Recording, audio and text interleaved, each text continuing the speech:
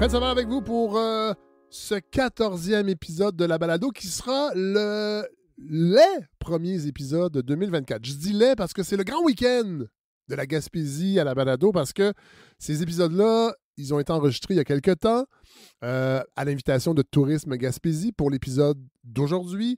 Et demain aussi, il y aura un autre épisode qui, lui, a été organisé avec Tourisme Gaspésie et Vivre en Gaspésie. Alors, c'est ces épisodes que j'aime tant vous présenter où on parle à des gens sur le terrain ailleurs qu'à Montréal. Et c'est la première fois qu'on va en Gaspésie. Et c'est dans le contexte du tourisme d'hiver. Tourisme Gaspésie avait envie de mettre de l'avant un peu l'idée d'aller en Gaspésie ailleurs, autrement que l'été. Il faut y aller l'été, mais il faut y aller l'hiver aussi. Alors, on a organisé ces deux épisodes-là. On est à la rencontre des gens. Aujourd'hui, l'épisode va surtout parler d'entrepreneuriat dans le domaine touristique. On est allé à Murdochville. C'était la deuxième. En fait, j'étais passé par Murdochville. Je n'étais jamais arrêté. Alors, je suis vraiment content d'être allé là-bas. Ça, c'est l'épisode d'aujourd'hui. Et demain, on sera au Mont-Albert, au Parc national de la Gaspésie. Et on va parler de ce parc-là qui est un des plus anciens au Québec. On va parler aussi de récits de vie, de gens qui ont décidé d'aller s'installer en Gaspésie. Et vous allez voir, pour toutes sortes de raisons, et qui ont démarré des entreprises que je pourrais dire des entreprises de tourisme, oui, mais de passion également. J'en dis pas plus. Je veux vraiment que vous découvriez ces épisodes-là. Donc, voilà. Aujourd'hui, on va être à Murdochville et on va... vous allez découvrir des gens assez je dirais, exceptionnels à plusieurs égards. Et voilà, j'en dis pas plus. On s'en va tout de suite à Murdochville pour ce grand week-end Gaspésie à la balado de Fred Savard. Bon épisode tout le monde.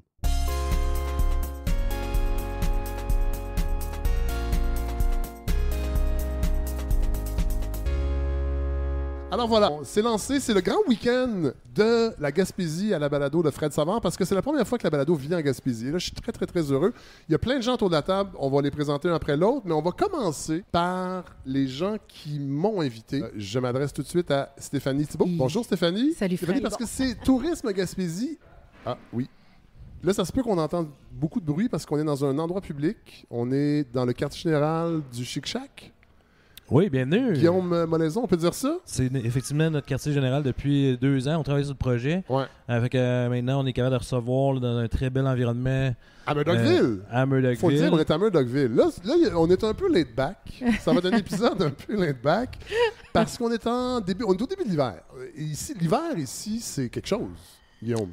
En fait, l'hiver, c'est ici. Oui. C'est à Murdochville que ça se passe. C'est ça. C'est, selon moi, l'endroit où il y a le plus de précipitations au Québec. En fait, j'ai choisi cet endroit-là pour vivre pour cette raison-là. Ouais. Donc, on parle de 6 à 8 mètres de neige par hiver. Ça, c'est beaucoup. Oui, puis on parle du ski sur la neige naturelle dès mi-novembre, début décembre. Ouais, là. Et on a skié l'année dernière jusqu'à mi-mai. Mais on va commencer avec les gens qui ont eu cette idée d'inviter la balado en Gaspésie. Mais Stéphanie, c'était quoi l'idée? La destination, oui, se vit est très connue d'un point de vue touristique. Mais tu sais, de la faire vivre, de démontrer son dynamisme à l'année, ouais. mais plus particulièrement l'hiver ouais. ici, ouais. de par la multitude d'activités qu'il y a à pratiquer, etc. La proportion touristique, là, ça représente quoi pour Tourisme Gaspésie l'hiver? En affluence?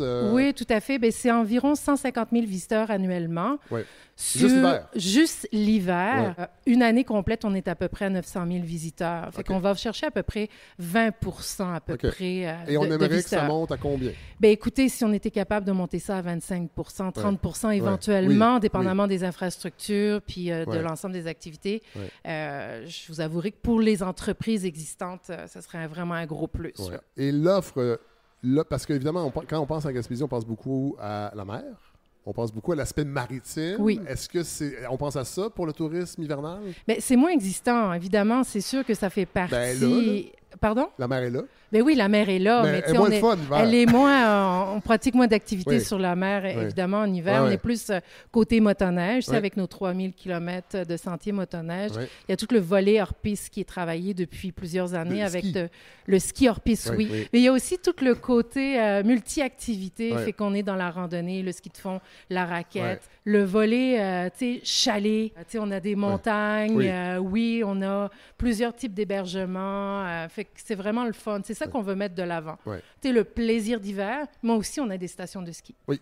Mais c'est pas le même ski. Puis là, je vais me tourner vers Guillaume, bien qu'on va, Danick, pour vivre en Gaspésie, on va revenir à vous, là, mais c'est pas le même ski, parce que les skieurs qui nous écoutent, qui vont, mettons, à Mont-Tremblant, là, c'est pas la même chose quand on vient en Gaspésie pour skier. En fait, c'est que la Gaspésie, on a diversifié l'offre, puis on a apporté ça dans les montagnes, dans l'arrière-pays. Donc, on peut pratiquer l'accès en peau de phoque, en cat-ski, en hélicoptère. Ouais. Donc, on a accès à un vaste territoire de montagne avec de la neige fraîche.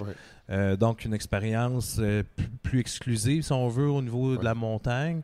Et puis, un sentiment d'unicité.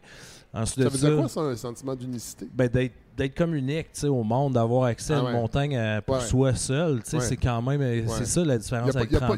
Il n'y a pas de file d'attente au bas des pistes. Hein? Écoute, le sport a pris beaucoup de popularité. Oui. Les 2 dernières années de pandémie, vraiment, ont apporté les gens à jouer dans les montagnes. Oui. Et puis, le segment de cette industrie-là qui a le plus progressé, c'est celui du hors-piste. Oui.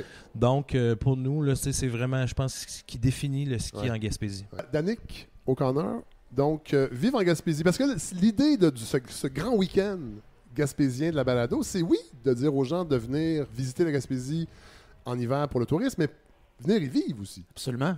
Les enjeux pour une région comme la Gaspésie, d'attirer des gens, là, qu'est-ce que ça veut dire? Depuis des années, on dirait, depuis longtemps, en fait, notre mandat à nous, c'est d'attirer des travailleurs, des entrepreneurs. Ouais. Puis, ce qui vient en tête des gens souvent, c'est la destination durant l'été, la région durant l'été. Ouais. Mais de façon générale, je commencerai par dire que la Gaspésie a un potentiel d'attraction énorme. Ouais.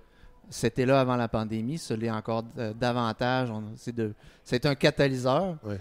Et donc, les gens viennent s'établir. Et par le passé, on entendait souvent les gens dire « Mais qu'est-ce qu'on va faire l'hiver? Ouais. » Et là, on est de plus en plus en train de prendre un positionnement par rapport à ça, parce que les nouveaux arrivants, les gens qui veulent venir vivre dans la région, adorent l'hiver. Ouais. Et puis l'hiver, il y a 1 million de choses à faire en Gaspésie. Je pense que cette perception-là s'estompe, mais cette perception-là de la Gaspésie aussi, pendant longtemps, je pense qu'il y a bien des gens qui avaient l'impression que c'était une région qui était fermée l'hiver, ou presque, et que dans le fond, c'était uniquement touristique pendant l'été. Puis on peut même donner quelques chiffres sur le plan démographique. À partir des années 90, la région perdait des citoyens. Là. Ben oui, c'était énorme, là. Entre 90 et 2003-2004, la région perdait 1000 personnes par année. C'est l'équivalent d'un village, donc c'est énorme. Ouais. Là, on est en train de reprendre le dessus par rapport à ça. En 2022, la Gaspésie a repris un village. Ouais. Donc ça, c'est intéressant là, en termes d'image. Il y a un gain. Depuis 6 ans, là, il y a un revirement là, démographique. Qu'est-ce qui est arrivé? Est-ce que tout le monde s'est mis ensemble, les élus, les entrepreneurs, les gens qui y habitaient pour... Premièrement, la démographie est devenue l'enjeu numéro 1 de la région. Ouais. Il y a des moyens financiers qui ont été mis en place par rapport à ça. Puis il existe une équipe régionale. Là, on est rendu presque 30 personnes qui travaillent à temps plein pour amener des gens dans la région. Donc ça, c'est... Mais qu'est-ce que ça veut dire? Juste majeur. Pour que les gens comprennent, parce que moi, je suis allé avec la balado, on est allé sur la Côte-Nord, on est allé à Gatineau, on est allé à La Tuque, on se promène, on est en Abitibi. Il y avait quand même derrière tout ça l'idée d'occuper le territoire, parce qu'on a l'impression souvent qu'il y a une réflexion qui se fait beaucoup, beaucoup ici, mais moins dans les grands centres, puis que pour peut-être bien des élus aussi, ce serait peut-être plus simple que les gens reviennent dans les grandes villes, puis qu'on arrête, dans le fond, de faire vivre ce que souvent on appelait les régions éloignées, qu'il faut changer ça aussi, parce que la région éloignée, c'est Montréal, dans le fond, quand on vient ici. Là. En fait, si tu parlais avec des démographes, ils te diraient que c'est exactement la situation inverse qui est en train de se produire au Québec, au Canada, en Amérique du Nord, un peu partout. Les grands centres se vident au profit des régions ou des régions périphériques. Et nous, présentement, on profite de cet élément-là. Puis qu'est-ce qui fait en sorte que les gens sont attirés par la Gaspésie en particulier? Il faut regarder dehors. Là. Ouais. On pose des questions aux nouveaux arrivants, puis il y a 3 éléments. Là. Il y a le milieu de vie en tant que tel. Oui. Donc, le stress est moins grand, l'absence de trafic, la proximité de la nature, la beauté des paysages pour les Gaspésiens qui sont là depuis longtemps.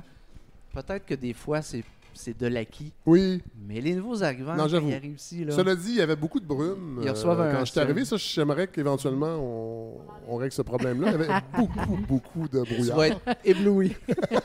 À mon retour, hein, c'est ça? Oui, tout à fait. Bon, on a entendu... On va s'occuper de ça. On a entendu Guillaume Molaison, mais je veux quand même présenter 2 autres personnes qui sont autour de la table. Jean-François Tappe, bonjour. Bonjour. Comment je peux vous présenter? Vous pouvez me présenter comme le copropriétaire du camp de base Gaspésie, à Coin-du-Banc, et comme le directeur d'événements gaspésien, qui propose des événements sportifs en Gaspésie, mais surtout comme gaspésien. Ambassadeur aussi, vraiment. Oui, bien en fait, c'est vraiment ça qui est le leitmotiv là, de tout ce que je fais en Gaspésie. C'est, je ferais probablement pas le même métier, je n'aurais pas la même démarche si j'habitais à Charlevoix ou la Côte-Nord. En tout respect pour c'est vraiment les gens la Gaspésie qui propulse ce que je fais. On va revenir à On les aime beaucoup, les gens de la Côte-Nord. Je veux présenter une légende, est-ce qu'on peut dire ça, Claudine Roy? Oh oui. Ah oui, hein? Non, mais quand on a... Confirme. Oui, bon, Guillaume, vous confirmez. Non, mais... Guillaume, une légende. Hein? Médaille du lieutenant-gouverneur pour mérite exceptionnel, membre de l'Ordre du Canada. Je pense que vous êtes la première invitée qui est membre de l'Ordre du Canada à la balade. Quelque chose. Je sais pas. Moi, je suis vraiment impressionné. Puis j'avoue, c'est une de mes idoles. Oui, voilà. Mais Guillaume, aidez-moi à nous présenter Claudine Roy pour les gens qui ne la connaissent pas. OK, fun. Parce que c'est votre idole. Ben écoute, oui, parce qu'elle a fait partie de mon parcours. Elle a reçu mes idées avec tellement d'enthousiasme et beaucoup d'amour. Tout le temps, elle nous a ouvert le chemin certainement pour le tourisme hivernal, ça c'est garanti. Et puis, au-delà de ça aussi, tu sais, Claudine est impliquée dans sa communauté, là, d'en bas, en haut, partout, dans tous les niveaux. Et puis, au niveau culturel, vraiment, c'était un ancrage pour nous. Tu sais, Danick, vous disiez, là, le seuil migratoire est positif, c'est un beau milieu de vie, mais il faut quand même l'animer, ce milieu de vie-là. Il faut que des gens fassent des choses. C'est souvent aussi, vous êtes peut-être né ici, vous êtes parti soit vivre ailleurs, au Québec, étudier ailleurs, pour revenir. Puis des fois, c'était pas ça le but. De revenir nécessairement. Fait que ça aussi, je trouve ça intéressant. Claudine, vous êtes un bon exemple de ça. Moi, oui, parce que quand après mon université, je devais travailler vous dans êtes juste un instant, là, vous êtes né à Pointe à la Frégate? Oui, du côté nord, juste à côté de Petite-Vallée. OK. Alain Côté, d'ailleurs, du Festival en chanson, ben c'est un grand ami à moi. Bon. Vous êtes ami avec tout le monde, de toute façon. Oui, absolument. Oui, voilà. J'en ai beaucoup d'amis en Gaspésie et ailleurs au Québec.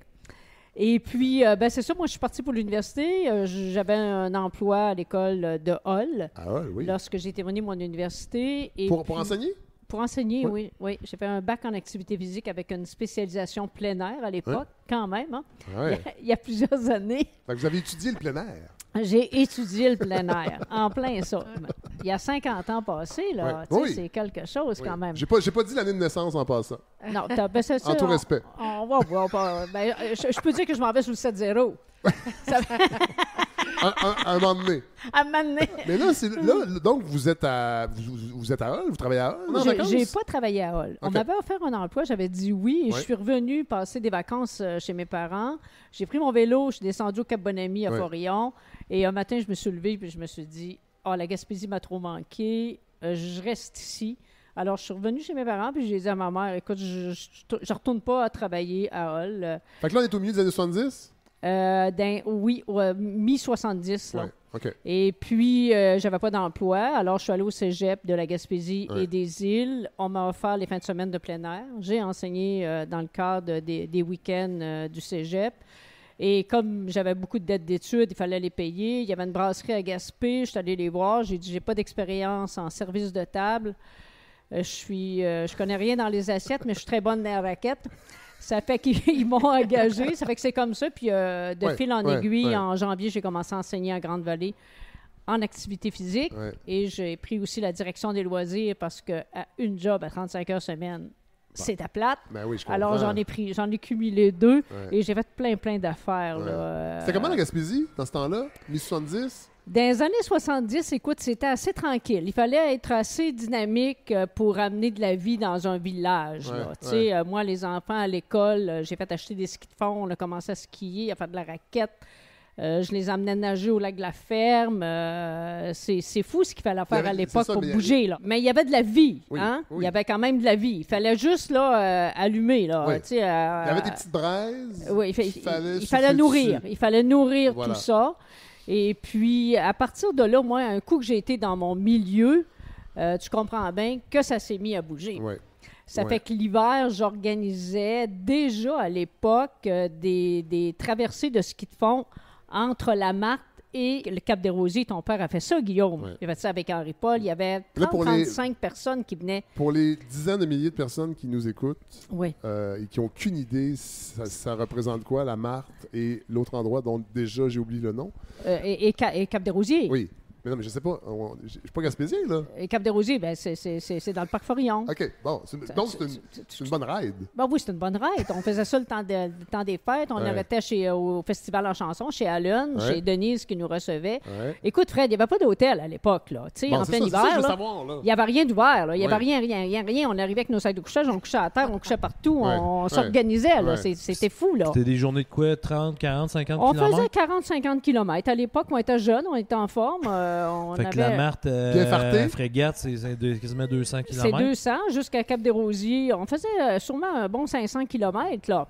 Parce que vous êtes la fondatrice de la Grande Traversée. De la Grande Traversée. Je suis cofondatrice avec mon ami Thierry Pétry. On Ouais. a parti ça. En quelle année? Ça, on a parti ça en deux. La première traversée a eu lieu en 2002. On avait invité notre gang de la traversée des Laurentides à venir skier la Gaspésie. Ouais. Et j'ai une super histoire ici à Murdochville. Parce qu'en 2002, ben, ton père était là, Guillaume, on avait emmené les gens sur le Mont Miller et la mine venait de fermer. Oui. En Écoute, 2002, c'est vrai. Ouais. Ici, là, c'était fantôme, Murdochville. Tout à fait. Là. Tu sais, on pensait même que la ville allait fermer à l'époque. Et puis moi, je voulais comme donner un coup de pouce à Murdochville. On était arrivés ici, on avait dormi à l'hôtel Copper. Ouais. Et puis, il n'y avait pas assez de place, bien sûr, parce qu'on était à une centaine. Alors, j'avais fait dormir le monde dans la mine souterraine.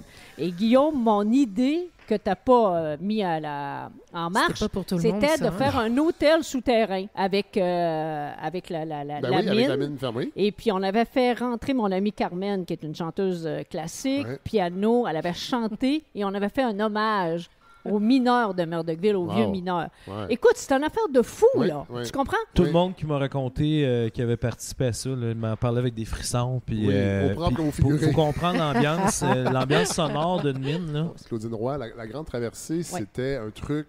Faire découvrir l'hiver. C'est ça. Québécois, beaucoup. C'était des Québécois qui y participaient.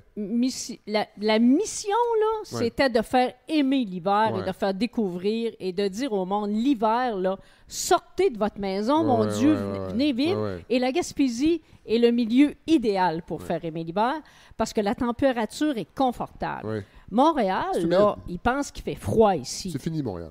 Mais C'est dégueulasse, Montréal.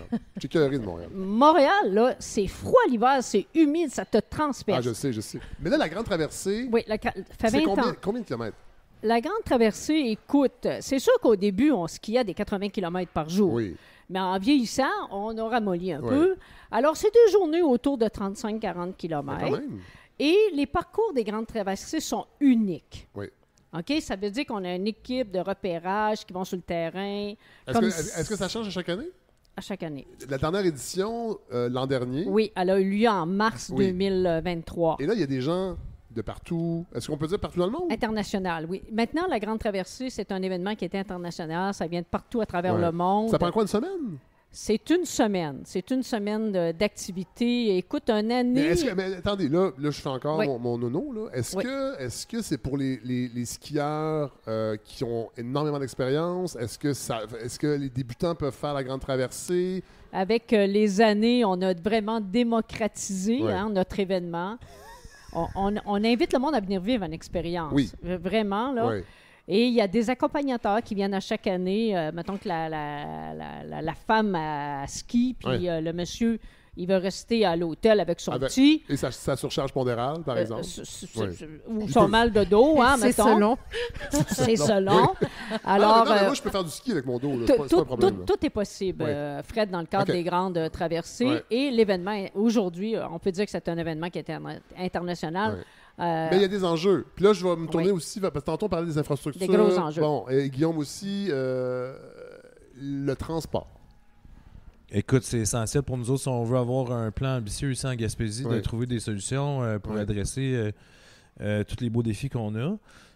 Encore une fois, on parle de pandémie, mais tu sais, ça a laissé des traces, puis on a eu des changements, puis au début, on était content d'avoir eu des changements, puis finalement, on se dit qu'au bout de la ligne, on n'a pas encore la bonne solution. Là. Et puis... le transport, c'est vraiment quelque chose de... C'est majeur. Ouais. C'est majeur. C'est quoi les enjeux? Ben, les enjeux, c'est que ça nous prend... il faut que le train revienne. Ouais. Hein, parce qu'on avait le train au moins qui se rendait jusqu'à Gaspé, on n'a plus le train. Ouais.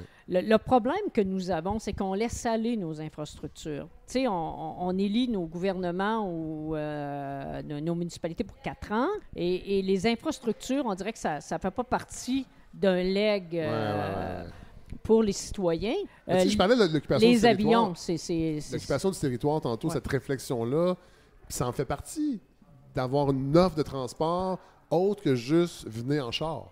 Ah ben absolument. Parce qu'on parle de distance, là, c'est 1000 km Montréal-Gaspé. C'est ça. Comme la grande traversée, on avait beaucoup de monde qui devait arriver en avion. Ouais. Sur Gaspé. Et Pascan a annulé les vols. Jeudi, vendredi, samedi, dimanche. Pascan, c'est pas Pascal Bérubé, ça. Non, c'est vraiment Pascan, la compagnie d'aviation. Okay. Pascan, c'est pas Pascal. C'est catastrophique, là. Tu sais, t'as du monde. Mais c'est ça, oui. Et puis le monde de l'international, encore les Québécois sont habitués puis ils savent qu'on est mal pris.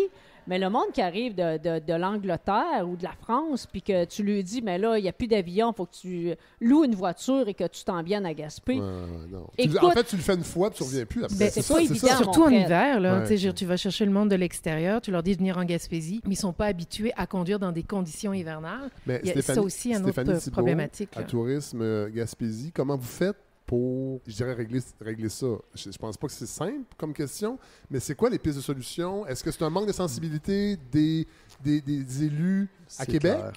Oui, c'est clair. Ben, écoute, le problème avec le transport en Gaspésie, c'est que le modèle actuel de transport interrégional ou même qu'on retrouve en Gaspésie à des fins touristiques ou locales, il n'est pas adapté à une région comme la nôtre, une région comme l'Abitibi, comme la Côte-Nord.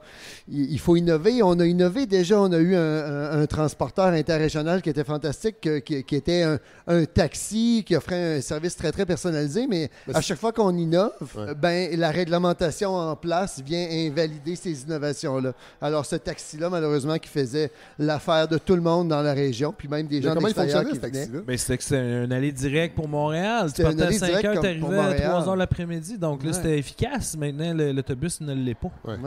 Mais malheureusement, c'est ça. Le cadre réglementaire faisait que c'était semble-t-il, une concurrence déloyale pour un service de transport régulier, comme le service qui est offert par la grande compagnie Keolis. Ce que tu dis là, c'est vraiment ça la clé. C'est qu'en fait, là, on est une région qui est différente, puis ça prend des mesures qui sont différentes et appropriées à la région. Puis c'est comme ça dans ce dossier-là, c'est comme ça dans tous les dossiers. Absolument. Et puis moi les compagnies d'aviation, comme on a mis les billets là, à 250-500$, mais on pourrait les mettre à 25$, les billets. En fait, c'est pas ça le problème. Si on n'a pas d'appareil. C'est ça. Si on n'atterrit pas. Si on n'atterrit pas, si on n'a pas d'appareil. C'est pas une question de prix. C'est qu'on devrait avoir des appareils avec des prix abordables. Et ça, pas rien qu'en Gaspésie, partout à travers le Québec. Est-ce que ça doit être l'État qui a sa propre compagnie qui nous dessert? Ça a été le cas avant? Oui, il y avait Québécois, absolument. Absolument, on avait du bon service à l'époque. Moi, quand j'ai commencé à travailler il y a 40 ans passés là, à Kino Québec, on volait comme on voulait à des prix abordables. C'était incroyable. Et on recule. On est en 2023. On envoie le monde sur la planète Mars, Colin, et puis on n'est même pas capable de partir de Montréal puis de s'en venir à Gaspé ou d'aller sur la Côte-Nord. Tout ça, c'est ridicule présentement. Mais c'est sûr que pour développer notre tourisme et le recevoir, il faut se donner les moyens. Et le transport, c'en est un. Bon, je veux qu'on parle à Guillaume un peu de Murdochville, du Chic-Chac, de ton histoire. Toi, ton déclic d'arriver ici, t'es-tu né ici? Ben moi, je suis né à Gaspé, élevé à Douglastown. Oui. Et puis... c'est où ça, Douglastown? Douglastown, c'est la plus belle banlieue. C'est South Shore Gaspé, ouais. OK. Et puis, j'ai grandi là. Puis, adolescent, j'ai été vivre une expérience en ville. Vécu un petit peu plus la Rive-Sud de Montréal. Ouais. Et puis, j'ai fait un retour au début 2000. Et puis... il y avait des enjeux importants dans la région. À ce moment-là, on se dévitalisait. Toi, tu n'aimais pas ce qu'on disait de la Gaspésie à Écoute, l'époque. quand j'ai vécu mon adolescence en ville, j'ai senti quand même un certain jugement. Puis les nouvelles régionales, les nouvelles provinciales, ça parlait de fermeture. Ça parlait de fermeture de mines, fermeture de l'usine de pâte et papier, fermeture de la pêche. Nous autres, on est partis à cause de ça, de la fermeture de la pêche. Puis... c'était pas glorieux là, comme arrivé, ça arrive ça de Montréal. Fait que, quand je suis revenu, ben là j'ai eu la chance de jouer au hockey à Chandler pendant la reconstruction de l'usine de pâte et papier. Donc un investissement de 500 millions qui n'a absolument produit aucun hostie de papier. Excuse-moi, non, c'est bon. Je te le donne. Je commençais à penser que peut-être que leur perception était fondée sur des éléments de vérité. Puis je me suis dit que ça serait pas l'image moi que je voulais projeter de la Gaspésie. Je voulais défendre l'image que moi j'avais reçue, l'héritage que j'avais eu. Puis Murdochville est arrivé comment? Ben c'est ça. Écoute, un peu par défaut, parce que nous autres, élevés à Gaspé, c'était le paradis de la qualité de vie. Puis Murdochville, c'était industriel. Donc, c'était pas très attractif pour moi étant jeune. Mais tu l'as pas dans les mines, c'était mono industriel. C'est ça. Mais là, j'étais en formation de tourisme d'aventure à Gaspé. Puis, je fais du ski régulièrement dans le parc de Gaspésie, régulièrement au Mont-Mélur à Murdochville. Et puis, je pense à m'en aller travailler dans l'Ouest canadien ou en Nouvelle-Zélande, parce que c'est là où il y a du travail pour les guides d'aventure. Puis, il y a une industrie qui est implantée. Puis ici, c'était pas vraiment... ça n'avait pas levé encore la sauce. Par hasard, des amis que j'ai croisés pendant ma formation, eux avaient l'intention de démarrer une entreprise touristique. Donc, Griffon Aventure, les frères Cano. Puis, eux avaient déjà ciblé Murdochville comme une base pour le rafting. Et puis là, c'est là où ils m'ont invité à faire partie de ce projet-là. J'ai participé au développement du produit du rafting qui est sur la rivière York, qui est un endroit extraordinaire que j'aime beaucoup. Et puis, c'est là que j'ai réalisé que Murdochville était une opportunité. Parce qu'on était sur Murdochville, les gars, on était dans la maison. Je leur ai dit, coudonc, cette maison-là, ça vous a coûté combien? Puis là, ils m'ont dit ça. Ils m'ont dit que ça coûtait 25$ par mois d'hypothèque. Fait que là, pour quelqu'un qui vit dans son char, ça coûte moins cher de vivre dans une maison que dans son char. Ça doit être dans les années 2003, 2004? 2006, OK. Donc, 2006. la ville... Parce que ça, il faut quand même expliquer. Moi, j'étais venu en auto. À l'époque, en 2002, voir la fermeture. Parce qu'on l'avait annoncé dans les médias. Comment on fait pour se dire, OK, je vais m'installer ici, puis je vais partir du tourisme, je vais attirer du monde dans une ville qui, si on ouvre les médias, on a l'impression qu'elle est fermée. Ça ne peut pas être ça dès le départ. Non, c'est par défaut que ça se produit parce que moi, j'avais rien, premièrement, on n'avait pas de sous. Ce qui nous a attirés ici, c'est d'être capable d'acheter une maison, un chalet, dans les montagnes pour 5000$. Puis après ça, jouer avec ça. Puis en jouant avec ça, là, tu te rends compte que les gens ils apprécient l'endroit. Tu te rends compte que tu aimes les gens, que tu aimes les recevoir. Puis tu veux leur partager ce que tu connais le mieux de la Gaspésie. Donc... au départ, c'était assez modeste. L'idée, c'était d'apporter les gens dans une montagne en peau de phoque, puis montrer les beaux spots, puis on était contents que ça. Mais rapidement, Murdochville, pour moi, ça devenait une évidence que ça allait devenir un complément très important au Chic-Choc, de par le fait qu'il y a déjà une montagne ici avec le Mont-Mélur, une remontée traditionnelle. Donc, achat d'une auberge au début? Non, vraiment, un duplex. On a ouvert le mur mitoyen. On a fait de ça un bed and breakfast. On a mis un spa là. Puis on faisait à manger. Avec ça, on a rêvé un premier hiver. On a eu déjà un gros succès dans le temps des fêtes. Premier party. Puis là, c'est ça que je veux faire. C'est recevoir du monde.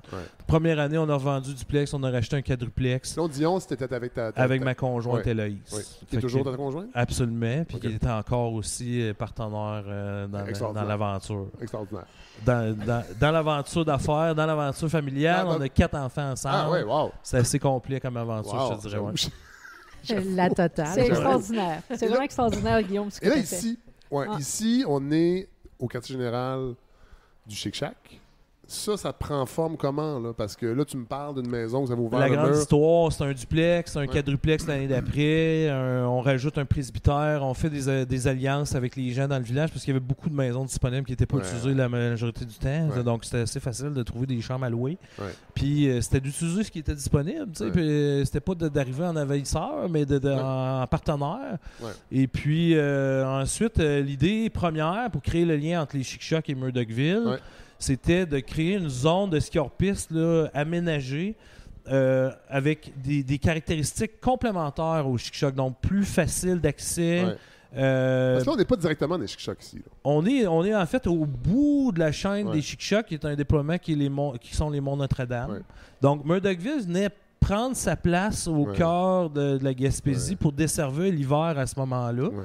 Et puis nous, ce qu'on a fait, c'est qu'on a continué de développer les domaines skiables pour avoir plus d'options complémentaires, mais aussi développer nos produits de remontée exclusifs en cat-ski ou en hélicoptère. Ouais. En cat-ski, c'est comme des espèces de petits minibus. C'est des chenillettes avec des cabines passagères qui nous permettent de profiter de la qualité de la neige vraiment exclusive avec un accès sur des montagnes exclusives. Ouais. Puis la structure financière, parce que là, je dirais pas un mini-empire, là, mais c'est quand même, t'as pas pu faire ça tout seul. J'imagine que comment ça se... Ben, au fil du temps, on a réussi à gagner la confiance des gens qui venaient nous visiter. Puis eux, c'était un besoin pour eux de pouvoir accéder à ce type de ski-là, cette qualité de neige-là au Québec. Ils étaient fiers de ça. Puis ils nous offrent de l'aide. Fait que au fil du temps, le Chic-Chac c'est construit de lui-même à partir de ses utilisateurs, de ses clientèles. C'est cool, ça. Moi, ici, à Balado, je parle souvent de la communauté parce que c'est devenu ça. C'est une communauté. Quand je vois quelque part, les gens m'écrivent « Hey, je suis là. » C'est aussi une communauté. Il y a quelque chose de communautaire aussi. Nous autres, Murdochville, l'actionnariat du Chic-Chac, c'est 12 ans d'investissement, 3 millions de capital de risque, 0 dividende. En 12 ans. Donc, c'est un projet social.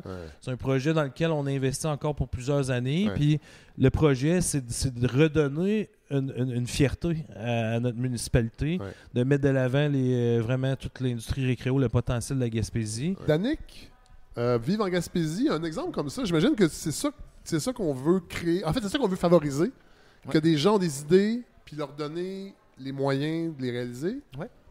Puis des exemples comme Guillaume, comme Jean-François, comme Claudine, il y en a plein. Ouais. On attire beaucoup de nouveaux arrivants. Il y a un profil type des nouveaux arrivants qui viennent s'établir. Il ressemble à quoi, le profil? C'est des gens, des couples, premièrement, là, 25, 45, 50 ans à peu près. Des fois avec des enfants, des fois qui vont avoir des enfants. Je suis encore target. Ça fonctionne. C'est des gens fortement scolarisés, il faut le dire, universitaires, collégiales dans une très très large proportion et qui sont des amoureux du plein air dans une très très large proportion. Ça, c'est le profil des nouveaux arrivants. Et ça va te parler, les nouveaux arrivants proviennent beaucoup de la région de Montréal. Ah oui. Montréal, Laurentides, Lanaudière. C'est vraiment le bassin là, où... C'est fini, Montréal. Il y a davantage je donne 10 ans à Montréal. T'es généreux. Gros match. Je suis généreux. Moi, je vais parler à Jean-François. Jean-François, t'as pas entendu. J'ai l'impression que dans ton parcours, il y a cette idée de faire bouger les gens. Pas juste faire venir des touristes. Non, effectivement, faire bouger la communauté locale aussi. Mais en fait, moi, je suis comme l'extension de Claudine et de Guillaume. Parce que mes deux projets sont largement inspirés de leur démarche. Les projets événementiels d'événements Gaspésia, mais c'est largement inspiré de... C'est quoi l'événement? Les événements Gaspésia, en fait, on tente de créer un tourisme sportif de niche dans la région à travers des événements de sport d'endurance. Donc, on organise différents événements tout au long de l'année. L'Ultra Trail Gaspésia 100, qui est notre principal événement qui a lieu en juin, qui attire 1200 personnes à Percé. Ça, c'est une compétition, là. C'est une compétition, c'est un défi sportif. Bref, les événements Gaspésia tentent de créer un tourisme sportif de niche dans la région, puis de créer une occasion aussi d'initier la communauté locale à bouger, puis à vivre un événement sportif de calibre professionnel dans la région ici. Donc, on en tient, là, bon an, mal an, une dizaine d'événements dans la région, puis on en a 3-4 qui sont plus porteurs que les autres, qui génèrent un tourisme international. Les événements deviennent des marqueurs vraiment importants pour le développement des produits. C'est ce qu'ils font, le travail de Claudine puis Jean-François, c'est quand ils créent des événements comme ça, tout le monde voit l'événement, donc se dit ensuite, wow, OK, c'est une belle place pour retrouver pour aller faire mon Oui, c'est jogging. ça. Oui, c'est une belle place pour aller faire du vélo. Ouais.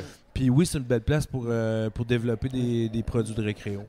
Jean-François Tappe, en préparant l'entrevue, j'ai lu quelque chose de très drôle. Puis vous disiez que les événements qu'on fait, quand les gens viennent, c'est super bien organisé, ça paraît très très bien, mais on oublie que des fois derrière, et ça c'est une réalité régionale, je pense pas qu'elle est spécifique à la Gaspésie, mais on n'a pas les mêmes ressources que d'autres endroits. Et vous compariez un peu les événements à un cygne, un oiseau sur l'eau, c'est que c'est très gracieux, mais quand on va en dessous de l'eau, on voit les petites pattes qui vont à droite.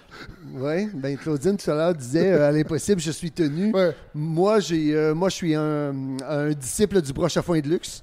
Oui, c'est ça. Donc c'est, mais en même temps, ça devient une ça, carte de visite là. aussi, ça devient un attrait. Absolument. Ben oui, ça devient un attrait parce que, puis tu sais, tout à l'heure, tu me demandais, est-ce que faire bouger, pourquoi faire bouger? Ben, c'est parce que c'est ça notre identité aussi dans la région. C'est ça la matière première qu'on a, le terrain de jeu à offrir, alors tant touristiquement que pour la population locale. Ben, on a intérêt à utiliser ceci pour attirer des gens dans la région. Alors maintenant, le broche à foin de luxe, ben c'est ça, là, en Gaspésie, faut pas se cacher, là, on a quand même moins de ressources de proximité. Puis bon, ben souvent, il faut faire des miracles. On est tenu à faire l'impossible régulièrement. Alors souvent, moi, j'ai souvent l'impression dans la prestation de service, tant avec les événements gaspésiens qu'avec le camp de base Gaspésie également, notre petit centre récréo-touristique à Percé, qu'on est un signe. Donc, le signe est très, très gracieux à l'extérieur, au-dessus de la mare, mais en dessous, les petites pattes vont dans tous les sens pour rester bien droite puis garder le cap sur la navigation. Alors, c'est ça. Ça fait des courses, par exemple, où le parcours est prêt 10 minutes avant le départ. Oui, puis pas parce qu'on ne l'a pas planifié, Non. que la météo a fait que ça a complètement transformé ce qu'on avait prévu. Le broche à foin de luxe, c'est utiliser les ressources locales qu'on a, puis en être fier. Puis pas avoir de complexe par rapport aux ressources qu'on a, qui sont différentes. Évidemment, là, on aimerait ça, nous aussi, là, avoir des grandes scènes avec des grands spectacles, mais c'est pas la réalité ici. Non, donc, notre réalité, c'est... Je pense pas que ça serait cool. Ça. Notre réalité, c'est gosser un festival très, très authentique, comme Alan le fait à Petite-Vallée, comme la gang de musique du bout du monde le font à Gaspé. Puis c'est mettre en valeur ce qu'on a d'unique à offrir.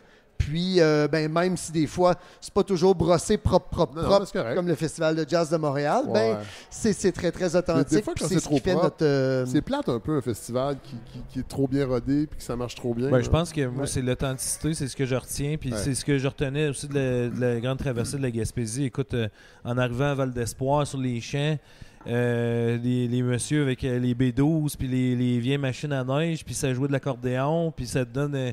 un petit shooter en passant, puis t'es obligé de chanter avec eux dans l'église. C'est incroyable, là, ces événements-là. C'est l'authenticité. Fait que, comme ce que Jean-François dit, c'est que c'est pas nécessairement brossé, mais c'est rough, puis c'est ça aussi la Gaspésie. C'est façonné par le vent. Oui. Les élus, Puis là, je ne veux pas faire de politique, là, CAQ, whatever, parce qu'ils ne seront pas là éternellement. Est-ce que vous avez l'impression qu'il y a, par rapport à la réalité gaspésienne, une bonne écoute par rapport aux enjeux? On parle de transport. On n'a pas parlé de la pénurie de main-d'œuvre. J'imagine que vous la vivez aussi. Je ne sais pas à quel point par rapport à d'autres régions. Ils nous entendent au prorata de la distance qu'on est, je veux dire, puis de la quantité. On est 100 000 personnes en Gaspésie. Puis on est à 1000 km. Ça fait que c'est la voie, c'est une voie, c'est ça la voie. Là. Pas assez. Mais c'est pas assez. C'est pas assez parce que nos réalités sont loin des réalités des grands centres. Et puis, tu sais, régulièrement, on invite des ministres là, à une réunion de la Chambre de commerce. Puis elle n'atterrit pas à Gaspé. C'est ça. C'est ça la réponse. Fait que, oui, on fait une visio avec elle. Puis là, mais elle n'atterrit pas parce qu'elle peut pas ou parce que ici, on n'a pas assez long de pistes. Puis on n'a pas des infrastructures suffisamment avancées technologiquement. Puis des appareils aussi avancés suffisamment technologiquement pour desservir des conditions météo comme à Gaspé. Puis les volumes ne justifient pas en ce moment. Non, mais sur le plan décisionnel, est-ce que c'est trop encore centralisé clairement à Québec? Ben oui. Oui, clairement. Mais oui. clairement. Puis surtout avec le gouvernement qui est au pouvoir présentement. C'est un gouvernement... Il faut se faire entendre. C'est pas le seul, mais on reproche souvent ce gouvernement d'être très, très, très autour de François Legault. Et c'est un gouvernement qui est nationaliste, qui le dit souvent, mais le nationalisme, c'est pas juste de défendre le français dans une conférence de presse, puis c'est aussi d'occuper le territoire, puis de donner des ressources aux gens qui ont envie qu'il se passe des choses. Nos élus travaillent avec beaucoup de passion, beaucoup d'engagement. Oui. Là, présentement, on a des élus, justement, de la CAQ dans la région. Je considère qu'ils ont une grosse pression parce qu'ils font partie d'un gouvernement, d'un parti politique qui n'a jamais présenté vraiment de plan pour les régions du Québec. Ouais. C'est un parti qui n'a pas de politique de développement régional. Ouais. Alors, c'est pas le premier, je pense, cela dit. Non, mais on en a vu quand même des belles politiques de développement régional. On a eu des projets régionaux avec autant les libéraux que le Parti québécois aussi. Le projet de la Gaspésia, c'était un vaste projet de relance de Bernard Landry. Mais c'est beaucoup de sous. Aussi, on s'entend, on n'a pas eu le résultat qu'on voulait. Mais ensuite de ça, on a eu un gros projet au niveau de l'éolien qui a quand même structuré notre économie. Le Gaspé, en ce moment, elle est en train de fleurir grâce à, entre autres, l'usine de pales d'éoliennes. Ouais. Mais comme Jean-François dit, je pense qu'on est rendu à avoir un plan pour la région. C'est un plan qui est probablement plus vaste que l'industrie récréo-touristique. Puis qui va être la suite logique là, des efforts qui avaient été mis dans le SIA au début 2000. C'est quoi le SIA? Le Sentier international des Appalaches. Okay. Ah oui, donc, ça reliait Atlanta jusqu'au bout du monde. C'est un peu notre Compostelle nord-américain. Exactement. Oui. Tantôt, je parlais de l'écoute des élus. Est-ce que ça se peut que... Là, je fais juste répéter ce que j'entends quand je vais en Abitibi puis sur la Côte-Nord. L'idée de région ressources, est-ce qu'on n'a pas trop... On n'a pas gardé cette idée-là aussi de la Gaspésie, même chez les élus, que dans le fond, les régions, ces régions-là, c'est des régions ressources avant tout. Puis dans le fond, le récréo touristique, c'est un peu un petit bonus, mais on n'y accorde pas l'attention qu'il mérite. J'ose espérer que non. S'il y a des élus à l'Assemblée nationale qui le pensent vraiment, qui est député dans le coin de Blainville, de Trois-Rivières, peu importe, Sherbrooke. commence à être temps qu'il visite son Québec. Il faut venir en Gaspésie, il faut aller sur la Côte-Nord pour constater qu'est-ce qui se passe dans ces régions-là. On sait que les élus ont beaucoup l'économie et ce gouvernement-là aussi l'a mis de l'avant. Puis l'économie, c'est souvent les ressources, la transformation. Puis dans le fond, le transport des ressources va peut-être bien se faire, mais moins le transport des personnes. Est-ce qu'on est encore là-dedans? Je sais qu'on rêve. Ce que les gens doivent entendre, les élus entre autres, là, à Montréal, peu importe où, c'est que notre région est en mode croissance présentement, comme elle l'a jamais été auparavant. Puis c'est complètement loufoque en 2023 d'avoir autant de gens qui viennent s'établir. Ces gens-là veulent retourner dans leur famille aussi durant peu importe quand dans l'année, là. Et puis, de ne pas avoir de train, de ne pas avoir d'avion, d'être, dans le fond, là, en retard où on était il y a 10-15 ans, alors que ça devrait être exactement le contraire. On est en croissance, donc on devrait être en croissance à ce niveau-là aussi. Stéphanie Thibault, la provenance du tourisme d'hiver en Gaspésie? Tu as un gros pourcentage, je te dirais un 90% qui est québécois. Après, on va aller chercher le nord des États-Unis, plus l'Ontario, puis on travaille très, très fort pour attirer davantage de clientèle des maritimes. L'international est là, mais en fait proportion quand même. Mais tu sais, en été, c'est 80% quand même clientèle québécoise. On est peut-être plus autour du 75%, 80%. Assurément, on regarde les années à venir. Avec la pandémie, on voit potentiellement une exode de la clientèle québécoise. C'est pour ça que c'est super important d'aller chercher de nouveaux marchés de clientèle pour assurer quand même de l'avenue de clientèle touristique d'un petit peu partout. J'ai l'impression que la Gaspésie, touristiquement parlant, c'est peut-être une des meilleures régions pour les gens qui n'aiment pas le sport d'hiver pour le découvrir. Absolument. Claudine. Ben oui, absolument. Parce que là, ici, Guillaume, c'est des crinqués là, qui viennent à Murdochville. Un petit peu. On a élargi notre offre beaucoup avec la station de ski de Mont-Méleur. Mais l'argument principal, tu sais, je veux dire, c'est du monde qui n'aime pas trop ça. Je te conseille quand même de prendre des cours de ski près de chez vous avant de venir découvrir Murdochville. C'est ça. Mais si tu voulais parfaire tes habiletés dans la neige, donc tu as des bonnes bases en station, puis là tu te dis je veux être meilleur à skier dans la neige profonde. Mais là, Murdoch, c'est vraiment comme le meilleur endroit pour faire la transition puis aller chercher toutes les habiletés pour ensuite pouvoir voyager dans les grandes destinations de ski. Puis si tu n'es pas sportif, tu peux venir en Gaspésie l'hiver et vraiment tirer ton épingle du jeu. Tout à fait. Il y a de la pêche sur la glace. Tu sais, tu peux pêcher sur la glace, il y a des petites cabanes, tu peux pêcher des perlons. Tu peux faire des marches magnifiques au Géoparc à Percé. Là. C'est pas bien d'être un athlète. Là. Souvent, la neige est assez durcie, même tu peux y aller en bottine. Quand on parle de Parc-Forillon, c'est la même affaire. Tu peux faire le tour de la Gaspésie en motoneige. Tu peux le faire en motoneige. Il y a plein de choses à faire, tu sais, en Gaspésie l'hiver. Juste, tu as loué un chalet. Et puis, la lumière, ça, c'est vrai. Est exceptionnelle. Tu peux venir écrire. Moi, j'ai des amis, des écrivains qui m'appellent. « Hey, Claude, j'aimerais ça aller écrire mon roman. » Tout ça, je dis « Go, hein, c'est la place. » Et les gens sont vraiment éblouis par notre pays. Oui, la Gaspésie, l'hiver, c'est pour tout le monde, mais moi, je suis de ceux qui pensent vraiment que c'est dans les niches que ça se passe. Présentement, la Gaspésie a du succès l'hiver. C'est avec la motoneige parce que c'est la meilleure place pour faire de la motoneige en hiver. Avec le ski en piste parce que c'est la meilleure place. La pêche au saumon, c'est un exemple aussi. C'est vraiment des niches, des spécifiques. C'est ça. Tu sais, moi, du côté de Coin-du-Banc, évidemment, nous, quand on s'est installé là-bas puis qu'on a acheté la vieille auberge Coin-du-Banc. Qui était c'est une magnifique auberge bicentenaire qui était... ultra connue. Pardon? Ultra connue. Qui était très reconnu, qu'il est encore. On a la chance de surfer sur cette vague-là. Tu n'es pas parti à zéro comme Guillaume. Je suis pas parti à zéro comme Guillaume. Nous, on a eu la chance d'hériter de 50 ans d'efforts de M. Sidney Maloney et Mme Lise de Guire qui se sont investis dans l'industrie touristique avec un produit particulier, très, très authentique qu'on a mis au... Ça veut dire quoi, ça, Jean-François? Ça veut dire que c'est de l'hébergement insolite avant même que l'industrie touristique parle d'hébergement insolite. Donc, quand on séjourne à l'auberge... Genre les cabanes dans les arbres, puis... ben c'est ça, c'est rendu ça maintenant, on pousse la note. Suspension, la tête à l'envers. J'ajouterais l'expérientiel que Sid avait dans son accueil, là, autant sur l'île que probablement à Barachois. Très, très humain. C'était très complet comme expérience d'accueil. Absolument. Dans une auberge qui est restée accrochée dans le temps. Puis nous, on a décidé de la laisser accrocher dans le temps, mais d'y ajouter une petite touche de modernité pour acheter du confort, évidemment. Alors nous, bien évidemment, quand on a acheté ce bâtiment-là, l'idée principale, c'était d'opérer à l'année, ce qui n'était pas le cas auparavant, vraiment. Mais on s'est vite aperçu que c'est avec des niches qu'on va avoir du succès. Donc, évidemment, là, on a acheté des produits hivernaux, le ski de fond en s'inspirant de la TDLG, en créant des parcours éphémères, le ski hoc, le ski raquette, le fat bike. Mais c'est vraiment avec l'escalade de glace qu'on a vraiment un produit d'appel parce que l'escalade de glace à Percé, c'est majeur comme potentiel.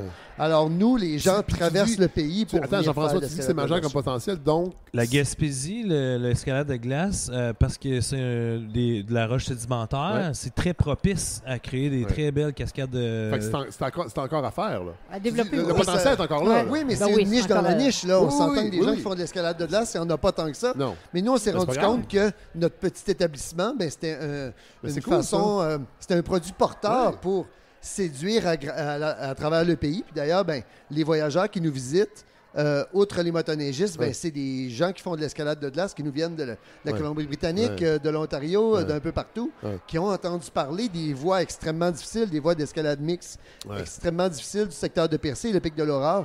Puis bon, mais c'est ces gens-là qu'on reçoit présentement, puis qui nous permettent de propulser le tourisme hivernal dans notre coin. C'est quand même, je trouve ça intéressant de le dire, parce que j'ai l'impression, évidemment, ça me rejoint, le véhicule médiatique qu'on est en train de partager, je considère que c'est un véhicule de niche. Puis j'ai l'impression, pas que c'est tabou, mais qu'on a de la misère au Québec à accepter, pas accepter, mais à vendre ça parce qu'on aime ça, que ce soit pour tout le monde, que ce soit accessible à tout le monde. Là, je dis pas que c'est pas accessible à tout le monde, la Gaspésie d'hiver, mais qu'on assume ce côté de niche. Moi, je trouve ça super intéressant. C'est vraiment une façon de compenser les distances, parce que c'est sûr que si tu me dis je peux faire du ski de fond à Laval, puis à Charlevoix, ou à Saint-Bruno, c'est difficile d'amener les gens jusqu'ici pour faire du ski de fond. Par contre, le Parc national de la Gaspésie a des attributs vraiment incroyables, le Parc Forillon. Puis quand tu fais un événement comme Claudine, là, tu sors vraiment du modèle, puis tu attaches ton terroir, puis ta culture à l'événement, comme Jean-François le fait aussi quand il fait des courses, les courses de fond. Et bien là, à ce moment-là, tu viens vraiment créer quelque chose qui va compenser la distance. L'idée avec des niches fortes, des niches touristiques fortes, c'est qu'on fait déplacer ici dans la région des gens qui ne viendraient pas ici si on n'avait pas cette niche forte-là. Parce qu'il y a des voyageurs, il y a des voyageurs mainstream qui, eux, veulent voyager puis visiter le monde, mais la personne qui fait du ski hors piste ne visitera pas la Gaspésie s'il n'y a pas de ski hors-piste ici parce que son budget loisirs, voyage est attribué au ski hors-piste. C'est la même chose avec les gens qui me visitent pour l'Ultra Trail Gaspésia 100, l'Ultra Trail Forillon, les gens qui viennent pour l'escalade de glace, les gens qui viennent pour la motoneige. Ta passion, c'est la motoneige. Tu fais des vacances en motoneige. Tu vas dans des endroits où il y a de l'argent de côté. Alors, c'est là l'attrait des niches pour une région comme la Gaspésie. Puis, depuis qu'on l'a accepté, qu'on a décidé de les mettre en valeur, ben, on sent un virage dans l'impression qu'on laisse, le souvenir qu'on laisse également, parce que quand tu te déplaces pour vivre ta passion, t'es jamais déçu. T'es rarement déçu de ton voyage. Oui, tout à fait. Alors que quand on fait un voyage grand public, des fois, on peut être déçu. Tu sais, vivre la Gaspésie, là, c'est une activité spécifique avec un paysage extraordinaire et des Gaspésiens. C'est vraiment une trilogie, là. Ça se vit pas séparément, là. Ben moi, je dis, le monde qui sont jamais venus en Gaspésie l'hiver, il faut absolument venir nous voir. Ben moi, je pense que oui.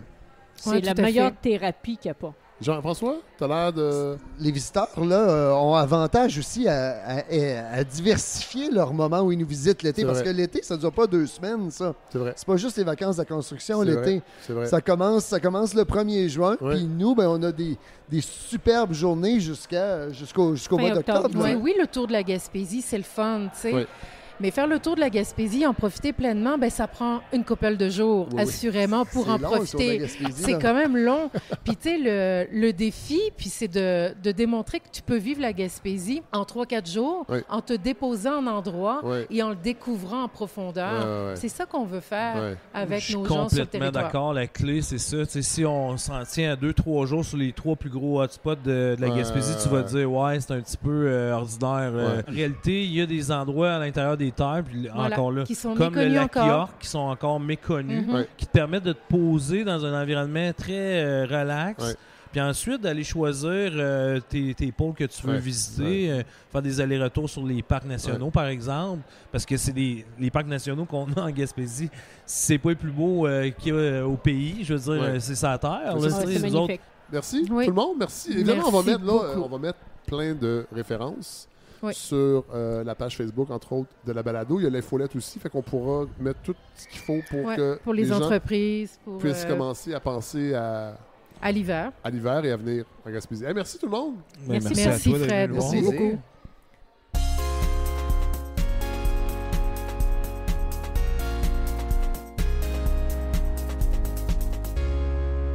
Alors, ainsi conclut la première partie, le premier épisode de ce grand week-end Gaspésie à la balado. Je veux remercier Guillaume Molaison, Claudine Roy, Jean-François Tappe, Stéphanie Thibault et Danick O'Connor qui ont participé à ce premier épisode. Merci à mon partenaire Communauto qui m'a permis de me rendre à Murdochville. Je pense que c'est la première fois, peut-être, qu'une Communauto se rendait à Murdochville.